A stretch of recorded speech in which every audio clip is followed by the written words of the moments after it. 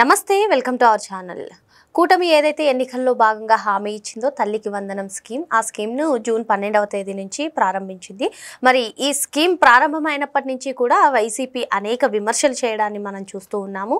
ఇదిలా ఉంటే అసలు వైసీపీ హయాంలో జగన్మోహన్ రెడ్డి ఏదైతే అమ్మఒడి పథకాన్ని అందించాడో ఆ పథకం వెనకాల భారీ కుట్ర ఉందని స్వచ్ఛాంధ్ర కార్పొరేషన్ చైర్మన్ అయినటువంటి పట్టాభి అన్నారు. మరి ఈ వ్యాఖ్యల్లో ఎంతవరకు నిజం ఉంది, ఇవన్నీ కూడా తెలుసుకునే ప్రయత్నం చేద్దాం. దీనిపైన పూర్తిగా విశ్లేషించడానికి మనతో పాటుగా ఉన్నారు senior journalist doctor Bharat Reddy గారు.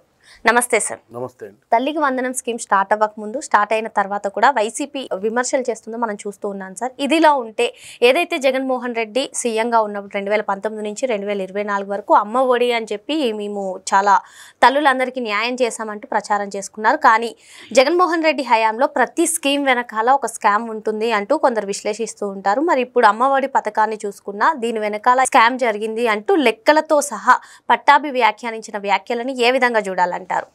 స్వచ్ఛాంధ్ర కార్పొరేషన్ చైర్మన్గా ఉన్న పట్టాభి కొన్ని వివరాలను బయటకు పెట్టడం జరిగింది. అమ్మఒడి అనేది చాలా గొప్ప స్కీము, మా స్కీమ్ను అమలు చేయట్లేదు కూటమి ప్రభుత్వం వచ్చిన తర్వాత అని చెప్పి సంవత్సర కాలం నుంచి చేస్తున్న విమర్శలకు జవాబుగా తల్లికి వందనం అనే స్కీమ్ను ఇటీవలి కాలంలో కూటమి ప్రభుత్వం ప్రారంభించడం జరిగింది. అయితే తల్లికి వందనం స్కీము అది అసలు స్కీమే కాదన్నట్టు, ఆ స్కీమ్ సరిగా చేయట్లేనన్నట్టుగా ప్రచారం చేస్తున్న సందర్భంలో స్వచ్ఛాంధ్రప్రదేశ్కు సంబంధించిన చైర్మన్ వివరాలు బయటపెట్టే ప్రయత్నం చేయడం జరిగింది. వాళ్ళు 2019లో వాళ్ళు ఇచ్చిన హామీ మేరకు అమ్మఒడి పథకం కింద సంవత్సరానికి 10,000 కోట్ల రూపాయలు వేయాల్సి ఉండే తల్లుల ఖాతాల్లో. 5 సంవత్సరాలకు కలిపి పూర్తిగా 50,000 కోట్ల రూపాయలు వేయాల్సి ఉండే. కానీ వాళ్ళు 5 ఏళ్ల కాలంలో వేసింది 23,000 పైచిలకు మాత్రమే వేయడం జరిగింది. దాదాపు 26 నుంచి 27,000 కోట్ల రూపాయలు అది వేశారా వేయలేదా లెక్కలు చెప్పలేదు. అంటే వాళ్ళు చెప్పిన లెక్కల ప్రకారం వాళ్ళు ఏదైతే మేము అమ్మఒడి పథకానికి ఇంత కేటాయిస్తున్నాం అని చెప్పిన దాని ప్రకారం చూసుకున్నట్టయితే ఆ వివరాలు కేవలం 23,877 కోట్లు మాత్రమే వాళ్ళు అమ్మఒడి పథకం కింద అందించడం జరిగింది. ఆ లెక్కల ప్రకారం సంవత్సరానికి 10,000 కోట్లు అంటే 5 సంవత్సరాలకు 50,000 కోట్లు వేయాలి. అది ఇప్పటి వరకు ఆ వివరాలు చెప్పలేదు. దాంతోపాటుగా సంవత్సరం కూడా లబ్ధిదారుల సంఖ్య తగ్గించుకోవడం జరిగింది. 44,000 మంది ఉన్న లబ్ధిదారులు తర్వాత సంవత్సరానికి 42 లక్షల మందికి తగ్గించడం జరిగింది. అంటే లబ్ధిదారులు తగ్గించుకుంటూ వెళ్ళిన క్రమంలో ఆ డబ్బుల్ని వేశారా వేయలేదా అని లెక్కలు వాళ్ళు చెప్పలేదు. కానీ కూటమి ప్రభుత్వం అధికారం చేపట్టిన తర్వాత ఇటీవలి కాలంలో తల్లికి వందనం సంవత్సరం క్రితమే ఎందుకు వేయలేదనే ఒక విమర్శ చాలామంది నుంచి రావడం జరిగింది. కానీ రాజకీయ విశ్లేషణలు కూడా జరిగాయి. కానీ ఆ కూటమి ప్రభుత్వం స్కూళ్ళు ప్రారంభమైన కాలంలోనే కూటమి ప్రభుత్వం అధికారం చేపట్టడం జరిగింది. అందులోని మంచి చెడులు, అసలు లబ్ధిదారులు ఎంతమంది, ఏ విధంగా స్కీమ్ అమలు చేయాలనేది దాని మీద కొంత స్టడీ చేసి ఏదైతే ఇప్పుడు స్కూళ్ళు ప్రారంభానికి ఒక రోజు ముందు మాత్రం వేసి దాన్ని కంటిన్యూ చేయడం జరుగుతుంది. ఎందుకంటే మధ్యలో వేయాల్సిన పరిస్థితి, లెక్కలు కావాలి, వాళ్ళు ఎంతమంది స్కూల్లో చదువుతారో అవన్నీ డీటెయిల్స్ తీసుకోవడానికి. ఇప్పుడు లబ్ధిదారుల సంఖ్య ఎంత పెరిగిందంటే గతంలో 44 లక్షల మంది లబ్ధిదారులు ఉంటే ఇప్పుడు 66 లక్షల మందికి లబ్ధిదారుల సంఖ్య కూడా పెరిగింది. కూటమి ప్రభుత్వం వాళ్ళు 5 ఏళ్ల కాలంలో 23,873 కోట్లు వేస్తే కూటమి ప్రభుత్వం ఒక సంవత్సరంలోనే 10,999 కోట్లు వేయడం జరిగింది. అంటే దాదాపు ఈ 5 సంవత్సరాల కాలంలో లబ్ధిదారుల సంఖ్య మరింత పెరిగే అవకాశం ఉంది. ఎందుకంటే లబ్ధిదారుల సంఖ్య ఏ విధంగా పెంచుకోవాలనే ఇది వచ్చినప్పుడు ఎవరికైతే తల్లుల ఖాతాల్లో డబ్బులు పడుతున్నాయో వాళ్ళు మరికొంతమందికి చెప్పే అవకాశం ఉంది. మనం ప్రభుత్వ స్కూళ్ళలో, ప్రభుత్వ పాఠశాలలో పిల్లల్ని చదివించినట్టయితే మనకు ఈ విధంగా ఉపయోగం ఉంటుంది, పిల్లల చదువు కూడా బాగుంటుంది, అలాగే పిల్లలకు పౌష్టికాహారం కూడా అందుతుంది, అక్కడ చెప్పే టీచర్లు వాళ్ళంతా క్వాలిఫైడ్ అని చెప్పి ప్రయత్నం చేస్తారు. కాబట్టి ఇప్పుడున్న 66 లక్షల మంది లబ్ధిదారులు మరింత పెరిగే అవకాశం కనిపిస్తుంది. మనం ఒకసారి వైసీపీ ప్రభుత్వంలోని 2019 నుంచి 2024 వరకు కంపేర్ చేసినట్టయితే లబ్ధిదారుల సంఖ్య తగ్గుకుంటూ రావడం అంటే ఏంటి, వాళ్ళంతా కూడా ప్రభుత్వ పాఠశాలల నుంచి ప్రైవేట్ పాఠశాలలకు మళ్ళడం జరిగింది. దానివల్ల తల్లులకు డబ్బులు రాలేదు. ఎక్స్ట్రా ఏమైంది, వీళ్ళు ప్రైవేటు పాఠశాలల్లో డబ్బులు కట్టాల్సిన పరిస్థితి వైసీపీ ప్రభుత్వ హయాంలో రావడం జరిగింది. కానీ ఇవన్నీ లెక్కలు పక్కన పెట్టి అమ్మఒడి పథకం చాలా మేము ఘనంగా చేసాం, గొప్పగా చేసాం. కానీ ఇప్పుడు తల్లికి వందనం అని పేరు పెట్టి కూటమి ప్రభుత్వం హామీ ఇచ్చినప్పటికీ హామీ నెరవేర్చట్లేదని చెప్పి గత సంవత్సర కాలం నుంచి సూపర్ 6 మీద చాలా విమర్శలు చేస్తుంది వైసీపీ పార్టీ కానీ వైసీపీ నాయకులు కానీ.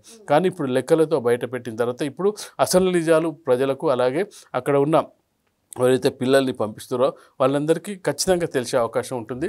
కాబట్టి ఇప్పటికైనా ఆ 27 కోట్లు ఏదైతే 26 కోట్ల చిల్లర అది తల్లుల ఖాతాల్లో ఎందుకు వేయలేకపోయారు? లబ్ధిదారుల సంఖ్య ఈ 44 లక్షల మంది తర్వాత 42 లక్షల మంది లబ్ధిదారులు ఇంకా తగ్గించారా? కేవలం అంటే 5 ఏళ్ల కాలంలో 23 లక్షలు అంటే సంవత్సరానికి ఎంత వేసినట్టు అనేది లెక్కలు ఖచ్చితంగా వైసీపీ సమాధానం చెప్పాల్సిన అవసరం ఉంటుంది. ఆ లెక్కలు ఏ విధంగా బయటపెడతారో చూద్దాం. మీరు అన్నట్టుగానే అసలు ఈ తల్లికి వందనం స్కీమ్ స్టార్ట్ చేయగానే 15,000 రూపాయలు ఇస్తా అన్నారు. అటువంటిది 13,000 కుదించారు. 2,000 లోకేష్ గారి జేబులోకి వెళ్ళిపోతున్నాయని చెప్పి వాళ్ళు విమర్శించిన నేపథ్యంలో లోకేష్ గారు వెంటనే రియాక్ట్ అవ్వడం జరిగింది. ఈ 2,000 మేము దీనికి చేస్తున్నాము, మీరు ఇది కనుక ప్రూవ్ చేస్తే నేను రాజీనామానే చేస్తానని చెప్పి మంత్రి వెల్లడించడం జరిగింది. ఇదిలా ఉంటే ఇప్పుడు ఏదైతే ఈ 26 కోట్ల రూపాయలు అంటున్నారో దీని గురించి వైసీపీ ఆన్సర్ చెప్తుందా? ఏ విధంగా అయితే లోకేష్ గారు స్పందించారో ఆ విధంగా వైసీపీ ఇది ఒక సవాల్గా తీసుకుని స్వీకరించి మేము ఇది చేసామని చెప్పే ఛాన్స్ ఉందంటారా? ఏమంటారు?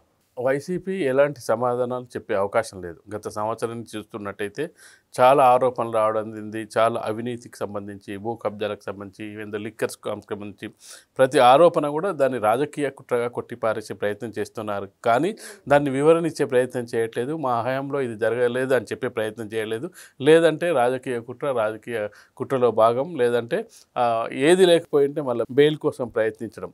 ఒకవేళ ఏది చేయకపోయి ఉంటే, ఒకవేళ అసలు ఏమి స్కాములు కానీ భూదందాలు కానీ భూ ఆక్రమణలు జరగకపోయి ఉంటే, వాళ్ళు చేసుకోకపోయి ఉంటే కోర్టులకు ముందస్తుగా వెళ్ళాల్సిన అవసరం లేదు. కానీ ప్రతి విషయంలోనూ ప్రతి కేసులోనూ ముందు ఎక్కడ మమ్మల్ని అరెస్ట్ చేస్తారో అని చెప్పి ముందుగానే అసలు అరెస్టు చేస్తారో లేదో తెలియదు. నోటీసులు రాకముందే నోటీసులు రాగానే వాళ్ళు జస్ట్ నోటీస్ ఇచ్చి ఎంక్వైరీకి పిలిచే లోపలనే వెంటనే కోర్టుకు వెళ్ళి మాకు బెయిల్ కావాలి అంటే పోలీసులు అసలు అరెస్ట్ చేసే అవకాశం ఉందో లేదో కూడా పోలీసులకు సమాచారం ఉండదు. ఎందుకంటే వాళ్ళు ఇచ్చే ఆన్సర్ని బట్టి, వాళ్ళు ఇచ్చే సమాధానాన్ని బట్టి నెక్స్ట్ అరెస్ట్ చేయాలి, ఏం చేయాలి అనేది ఉంటుంది. కానీ ముందస్తుగానే వాళ్ళు వెళ్ళి హైకోర్టులో ముందస్తు బెయిల్. చాలా సందర్భాల్లో హైకోర్టు కూడా చెప్పండి, మీరు వెళ్ళి ఫస్ట్ సహకరించండి, వాళ్ళు ఏం క్వశ్చన్ అడుగుతారు, మీరు ఏంది అన్న తర్వాత కూడా అప్పటికి కూడా ఒకవేళ ఆ విధంగా ఒకవేళ వచ్చిన తర్వాత కూడా ఇట్లా కూడా హైకోర్టు నుంచి వాళ్ళకు ఉపశమనం లభించకపోతే అబ్స్కాండింగ్ అంటే తప్పించుకొని తిరగడం, పోలీసులకు కనుగప్పి తిరగడం, అట్లా చాలామందిని మనం చూడడం జరిగింది. కాబట్టి ఈ విషయంలో దీనికి సంబంధించి వాళ్ళు ఆన్సర్ చేస్తారు అని మనం అనుకోవడం అయితే ఉట్టి భ్రమగానే చెప్పొచ్చు. ఎందుకంటే ఇప్పుడున్న దీన్ని 13,000 15,000 ఇస్తా అన్నారు, 13,000 ఇచ్చారు అనేది ఒక లాజిక్ పాయింట్ దొరికింది. ఆ లాజిక్ పాయింట్ ఆధారంగా కూటమి ప్రభుత్వాన్ని బ్లేమ్ చేయాలి, బంధనం చేయాలని ఒక కాన్సెప్ట్తో వాళ్ళు రావడం జరిగింది.